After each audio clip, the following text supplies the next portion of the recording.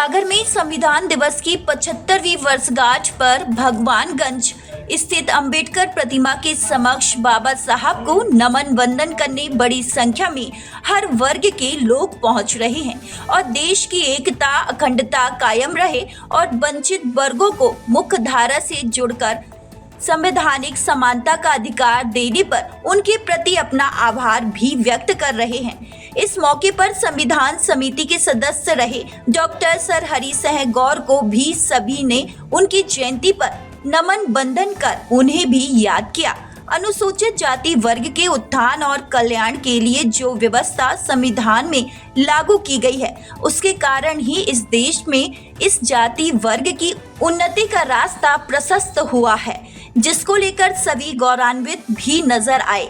जब हमने वर्तमान समय में संविधान में बदलाव को लेकर चल रही अटकलों पर वहां मौजूद लोगों की राय ली तो उन्होंने स्पष्ट किया, अगर ऐसा हुआ तो समाज अपने अधिकारों के लिए संघर्ष की राय अख्तियार कर सड़कों पर उतरेगा। फिलहाल जो सरकार है उसमें ऐसी उनकी मंशा नहीं दिख रही और यह महज एक अफवाह है।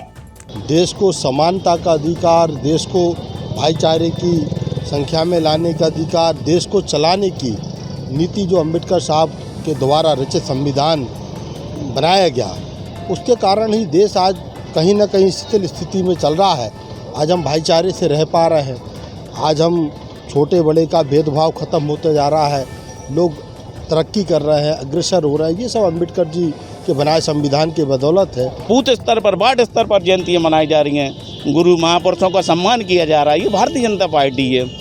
ये तो संविधान की जो बात कर रहे हैं, संविधान खतरे में, संविधान कभी खतरे में नहीं है।